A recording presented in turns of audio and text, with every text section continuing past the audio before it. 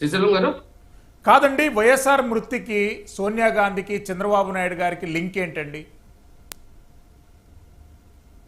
ఆ రోజు రిలయన్స్ వాళ్ళు దగ్గరుండి చేశారని చెప్పేసి ఒక బ్రిటిష్ ఏదో పత్రికలో వచ్చింది, ఫారిన్ లో బ్రిటిష్. మరి రిలయన్స్ ప్రతినిధికి మీరు రాజ్యసభ సీట్ ఎట్లా ఇచ్చారు?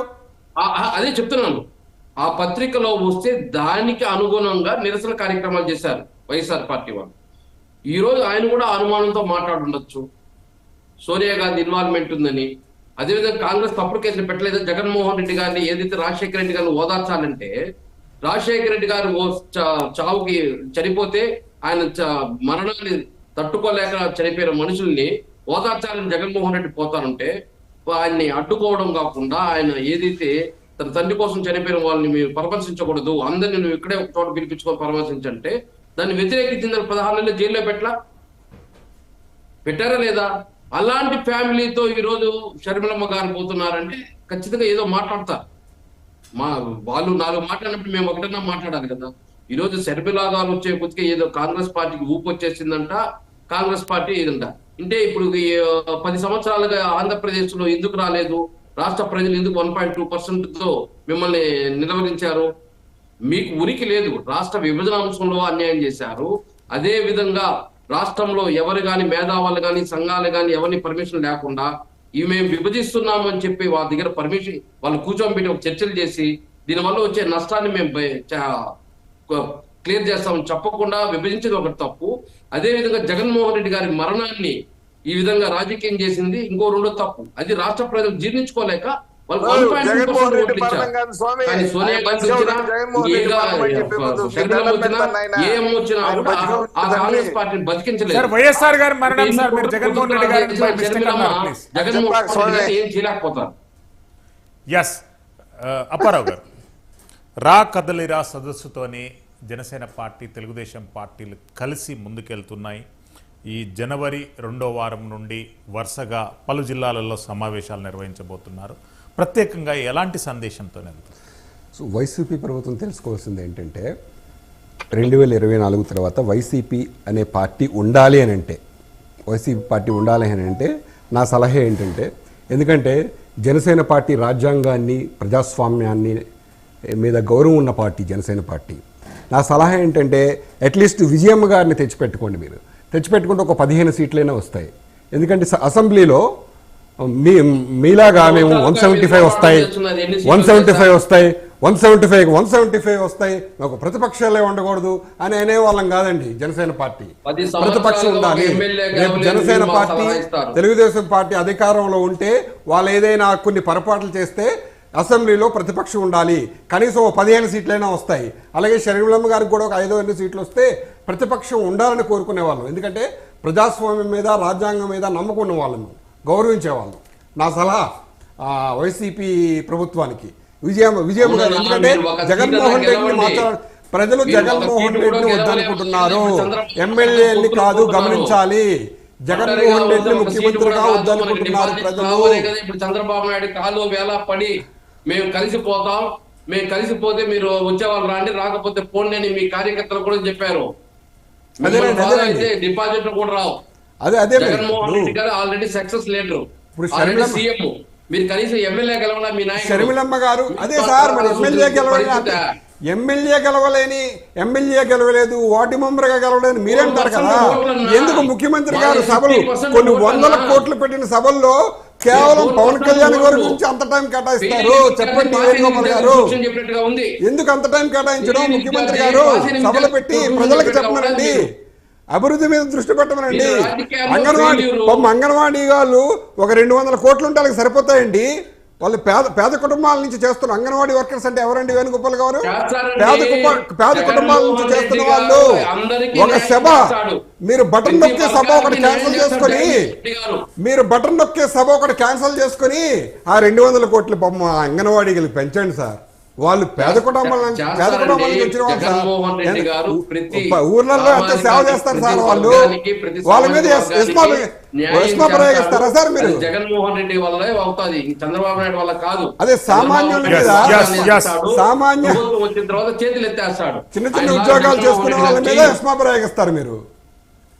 సప్తగిరి ప్రసాద్ గారు, డాక్రా మహిళలకు సున్నా వడ్డీ హామీలు జగన్మోహన్ రెడ్డి గారు ఇచ్చారు. సున్నా వడ్డీ కింద 25,000 కోట్ల రూపాయలు అనేటటువంటిది రావాల్సింది కేవలం ఇప్పటి వరకు 1,400 కోట్ల రూపాయలు సున్నా వడ్డీల కింద డ్వాక్రా మహిళలకు ఇవ్వడం జరిగింది. అదేవిధంగా కళ్యాణ మిత్ర కానివ్వండి, బీమా మిత్ర కానివ్వండి, పశుమిత్ర కానివ్వండి, అభయహస్తం పేరుతోని మహిళలకు ఎన్నో వరాలు ఇస్తానన్నటువంటి అన్ని హామీలు కూడా సున్నాగా మిగిలాయి. ఎందుకు అంటే ఒక పక్కనేమో అమ్మలారా, అక్కలారా, చెల్లెలారా అని సంబోధిస్తారు, మరో పక్కనేమో సంక్షేమ పథకాలు, బెనిఫిటరీ కార్యక్రమాలకు మాత్రము మహిళలను దూరంగా ఉంచుతారు. ఎందుకు ఇట్లా? సార్, ఫస్ట్ థింగ్ ఒకటి గుర్తుపెట్టుకోవడం ఏంటంటే, రాష్ట్రం ఫైనాన్షియల్ క్రైసిస్లో ఉంది. మీకు తెలుసో లేదో, ఆర్థికంగా చాలా ఇబ్బందుల్లో వెళ్ళిపోయింది. ఈరోజు అంగన్వాడీలు కానీ, ఆశాలు కానీ, మున్సిపల్ వర్కర్లు కానీ, అదేవిధంగా వాలంటీర్లు కానీ, వీళ్ళు చేస్తున్నటువంటి ధర్నాలు, ఆందోళన, పోరాటం అన్నీ కూడా ఫైనాన్షియల్ లింక్డ్ ఇష్యూసే. వాళ్ళు చేస్తున్న ఆందోళనలు అన్నీ ఫైనాన్షియల్ లింక్డ్ ఇష్యూసే, ఆర్థికంగా లింక్ అయినటువంటి. జీతాలు పెంచమని చెప్పేసి నిరసన వ్యక్తం చేస్తున్నారు. వాళ్ళేం పెద్ద పెద్ద డిమాండ్లు కూడా కాదు పాపం. సమాన పనికి సమాన వేతనం అని అడిగారు. వాళ్ళు ఈరోజు అంగన్వాడీ టీచర్లు 11,500 రూపాయలు తీసుకొని బతికిడుస్తున్నారు. నేను అడుగుతున్నాను సార్, 8 సార్లు కరెంటు ఛార్జీలు పెంచావు, బస్ ఛార్జీలు పెంచావు, ఇంటి పన్ను పెంచావు, చెత్త పన్ను పెంచావు, నిత్యావసర వస్తువులు అమాంతంగా పెరిగింది, పాల ధర పెరిగింది, పేపర్ ధర పెరిగింది. ఇన్ని ధరలు పెరిగిన తర్వాత వాళ్ళు అడిగినటువంటి 2,000 రూపాయలు పెంచలేని పరిస్థితిలో ఉన్నావు. పైగా ఈ బుగ్గన రాజేందర్ రెడ్డి ఫైనాన్స్ మినిస్టర్ అంటాడు, state GDP has drastically grown up, vigorously grown up అని చెప్పేసి ఉపన్యాసం. అది ఇప్పుడు నేను ఆర్థిక పెరిగి ఉంటే, రాష్ట్ర ఆర్థిక పరిస్థితే కనుక పెరిగిపోయి ఉంటే వీళ్ళందరికీ జీతాలు ఇవ్వడానికి ఎందుకు ఇబ్బంది పడతావు? మీకు విషయం తెలుసా, ఒక 6 నెలల క్రితం గవర్నమెంట్ ఉద్యోగస్తులందరూ కూడా పోయి గవర్నర్ కలిసి రిప్రజెంటేషన్ ఇచ్చారు. ఏమి ఇచ్చారు తెలుసా? మాకు నెల నెల జీతాలు ఇవ్వమని చెప్పి అడిగారు. ఎక్కడైనా విన్నామా మనము? ప్రభుత్వ ఉద్యోగులు గవర్నర్ను పోయి కలిసి నెల నెల జీతాలు ఇవ్వమని చెప్పి అడిగినటువంటి దాఖలాలు చూసామా? లేదు. మన రాష్ట్రంలోనే జరిగింది. ఇప్పుడు చంద్రబాబు నాయుడు గారు హయాంలో కూడా ప్రభుత్వ ఉద్యోగులు ఆందోళన చేశారు, నేను కాదని చెప్పలేదు. దేనికోసం చేశారు? పిఆర్సీని అమలు చేయండి అని చేశారు. మాకి 2 డిఏలు ఇచ్చారు, తక్షణం పెండింగ్ ఉంది, విడుదల చేయమని ఇచ్చారు. వారిని ఆందోళన చేశారు. కానీ ఇప్పుడు ఉద్యోగస్తులు ఏమని ఆందోళన చేస్తారు తెలుసా? మాకు పిఆర్సీలు వద్దు, డిఏలు వద్దు, మాకు నెల నెల జీతాలు ఇస్తే చాలు మహాప్రభు, నీ దండం పెడతాను ఆయన. ఇంటికి బాడు కట్టలేకపోతున్నాం, పాలు కొనుక్కోలేకపోతున్నాం, పేపర్ రోడ్డుకి డబ్బులు లేకపోతున్నాం, అంత అన్నం తినలేకపోతున్నాం, నాయన నీ దండం పెడతామని ఏడ్చుకునే పరిస్థితి. To be frank, take it for granted, జనవరి ఈ రోజు 6వ తేదీ సగం మంది ప్రభుత్వ ఉద్యోగులు జీతాలు పడలేదంటే నమ్మండి. జీతం టంచనగా 1వ తేదీ పడేటువంటి జీతం 15వ తేదీ కూడా పట్టం లేదంటే ఎక్కడికి పోతుంది రాష్ట్ర ఆర్థిక వ్యవస్థ? ఏమైపోతుంది? నేను ఒక విషయం చెప్తాను సార్, మా నాయకుడు చంద్రబాబు నాయుడు గారు ఉన్నప్పుడు కూడా సంక్షేమ కార్యక్రమాలు దీనికైనా 4 గింతలు పెట్టాం. చంద్రన్న కానుకలని, సంక్రాంతి కానుకలని, క్రిస్మస్ కానుకలనేసి, చనిపోయినటువంటి వ్యక్తిని కూడా ఉచితంగా మహాప్రస్థానం వాహనంలో ఇంటి దగ్గర తీసుకుపోయి ఇవ్వటం కానీ, అదేవిధంగా దివ్య దర్శనం అనే ప్రోగ్రాం పెట్టాం. ప్రతి గ్రామంలో నుంచి 50 మంది మహిళలు తీసుకొని 5-6 టెంపుల్స్ చూపించి మళ్ళీ తీసుకొచ్చి ఇంటికాడ వదిలిపెట్టినటువంటి కార్యక్రమాలు, వెల్ఫేర్ స్కీమ్స్ ఎన్నో చేశాం. కానీ ఫైనాన్షియల్ గా క్రైసిస్ లోకి మాత్రం ఎప్పుడు వెళ్ళిపోలేదు. నేను ఒకటే చెప్తున్నాను, ఈరోజు ఏ కార్యాలయం దగ్గర చూసినా ధర్నాలు, డిఎంహెచ్ఓ ఆఫీస్ దగ్గర పోతే ఆశా వర్కర్ల ధర్నా, మున్సిపల్ ఆఫీస్కి పోతే మున్సిపల్ వర్కర్ల ధర్నా, కలెక్టర్ ఆఫీస్ కాడికి పోతే అంగన్వాడీల ధర్నా. ఏంది నీ పరిస్థితి? నువ్వు ఆలోచించుకోబా. నేను ఒక విషయం చెప్తున్నాను, honourable chief minister has to think about this. కూర్చొని ఆలోచించాలి. అది వదిలేసి ఏందో నాకు అర్థమే కాదు. ఈయన ఉప ముఖ్యమంత్రి నారాయణ సార్, మా జిల్లా వాడు కర్మవాడు, మా కర్మ కాకపోతే ఏంది సార్? ఎప్పుడో రాజశేఖర రెడ్డి చచ్చిపోతే చంద్రబాబు నాయుడు బాధ్యుడు అంటాడే, ఏంది మా కర్మ? ఇటువంటి పిచ్చోళ్ళంతా పెట్టుకుని ఎప్పుడు ఆయన చనిపోయింది. ఇప్పుడు మీ నాయకుడు ఏమంటాడు? జగన్మోహన్ రెడ్డి రిలయన్స్ వాళ్ళు చెప్పేసినారు మా నాయన్ని అంటాడు ఆయన. బొత్స సత్యనారాయణ గారు ఏమంటాడు? విజయమ్మ పాత్ర కూడా ఉందేమో నాకు అనుమానంగా ఉంది అని అసెంబ్లీలో చెప్తాడు ఆయన. ఈ పిచ్చోడు ఏం చేస్తాడు, చంద్రబాబు నాయుడు చెప్పినాడు, ఈ పిచ్చోడు ఏంది మా కర్మ కాకుంటే హై మెంటల్ సమాచారాలు, పూర్తిగా ఎత్తిపోయిన కంపెనీ ఇవన్నీ. వేణుగోపాల్ గారు, రాజీనామాల పర్వంతో అధికార పార్టీ అతలాకుతలం అవుతుంది.